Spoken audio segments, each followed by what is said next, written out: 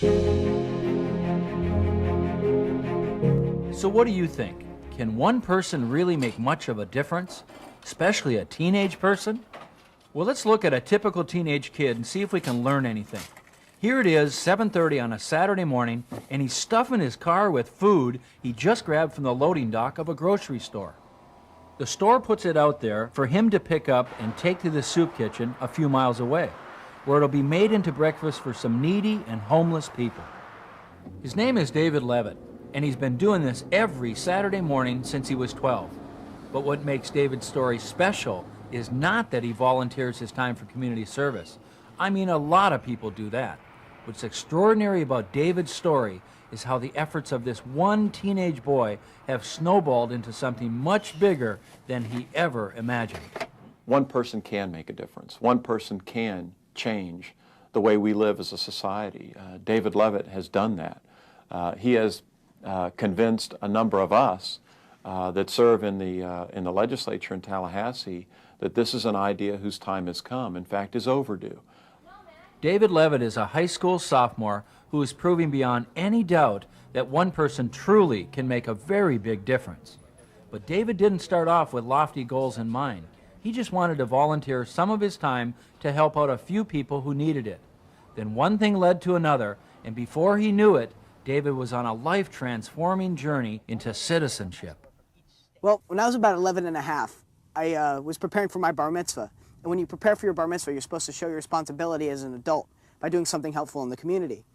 And I read an article about a program called the Harvest Program. And this is a program that picks up leftover food from places that have extra and delivers it to agencies that feed the hungry. And I found a local chapter like that right where I live called Tampa Bay Harvest, and I signed up to become a volunteer. So David began making his weekly deliveries for Tampa Bay Harvest. But then he got an idea. David noticed that his school cafeteria has leftover food at the end of every school day, food which was simply being thrown into the garbage. Would it be possible to get the school to donate its leftovers to Tampa Bay Harvest?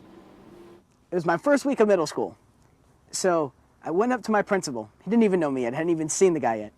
So I went up to him and I asked him, could we donate our leftover cafeteria food to Tampa Bay Harvest? And he told me that it wasn't really his decision to make. He couldn't say yes, but he didn't want to say no. But there's just a lot of red tape involved, and, I'd like to help you out, but I can't. And so I went home, and I told my mom, I was like, Mom, Mr. Ark said, he couldn't make a decision. There's too much red tape involved. And she said, well, you can always just go to his boss. Just go to the school board. So David took his proposal to the school board, and they loved it. Within 2 months, it was approved for all the schools in Pinellas County. Now that's a lot of schools, more than 100 in fact, which translates into a lot of leftover cafeteria food. But before this food could start flowing to the needy, there was some business to take care of.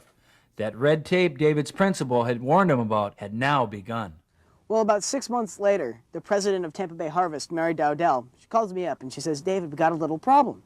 I was like, what's that? She said, well, the health department told us that we needed plastic airtight containers to transport the food. And Tampa Bay Harvest doesn't have a bank account, so we can't buy them. And the school board doesn't have the money in their budget to buy the bags. So I said, okay, well, why don't we just get some bags donated? So David wrote letters to manufacturers of plastic bags, and it worked. He got back this letter from First Brands Corporation, the maker of Gladlock, saying his shipment would arrive within 2 weeks. I'm just like, whoa, wait a minute, what's a shipment?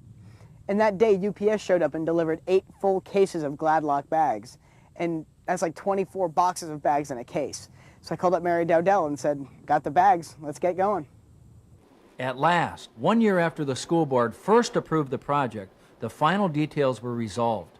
The board gave David the go-ahead to start delivering his school's leftovers to Tampa Bay Harvest. Now our story could end very happily right here.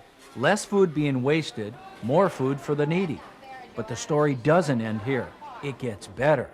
Like I said earlier, one thing leads to another. I got an idea from a DJ. I was doing an interview with a man named Cleveland Wheeler from U92. It's an oldie station here. And he was doing an interview, just about the school project and what had happened so far. And then he asked me, he's like, hey, David, since it works so easily in the county, why can't you take it statewide? And I was just like, hey, sounds like a good idea. So after I got off the phone, I talked to my mom and said, Mom, what can we do to go statewide with this thing? She's like, well, why don't you just go talk to one of the state representatives? He's right here in like 5 minutes from the house. So me and my mom made an appointment, and we met with Representative Dennis Jones, and she said, what can we do? How can we take this to state? He said, all right, I want you to go home. I want you to draft. I want you to just write up exactly what you want the bill to say.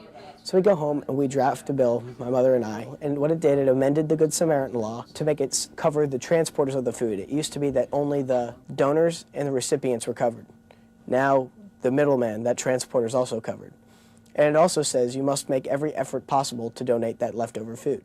Knowing that his bill would have to pass the Florida Senate as well as the House, David decided to get a little extra help from his state senator, Charlie Crist. David came to me and said, I would appreciate your help and your sponsorship of the bill in the Senate. We have a sponsor in the House, Representative Dennis Jones, who's a good friend of ours, but we need the sponsorship in the Senate too. Would you be willing to do that? And I said, of course, I'd be more than happy to. It's a wonderful idea, and thank you for even thinking to bring it to my attention, to have the opportunity to do this, to help people throughout the state of Florida.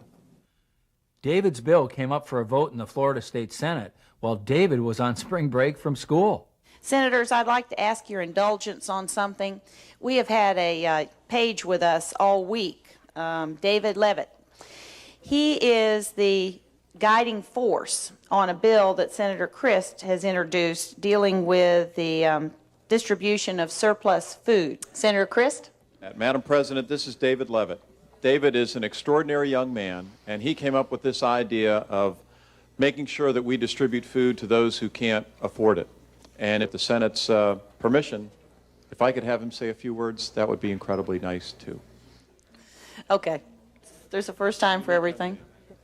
Well, first I'd like to thank Senator Crist for getting this moved through so rapidly for me. And, this whole project just started out as a question of why not? Why can't we get the food to people who need it for people who aren't using it? In only a couple years within Pinellas County school system, over 500,000 pounds of food have been donated just from Pinellas County. A few days later, the Senate voted on it. The final tally was 37-0 in favor. The following week, it passed unanimously in the House as well. It is now a Florida state law. What do you say to somebody who says, well, I'm just a kid, I can't make a difference? If everyone thought like that, nothing would get done. If everyone said, I'll just let the next guy do it, the next guy's sitting there, I'll just let the next guy do it. And then the next guy says, the guy before me will take care of it. Nothing's ever going to get done. Someone needs just to stand up and take responsibility and, just get it done. Just like I can't solve hunger in America. I can't solve hunger in Florida. I can't solve hunger in this county. It's an impossible task. But if everybody does it, maybe it can get done.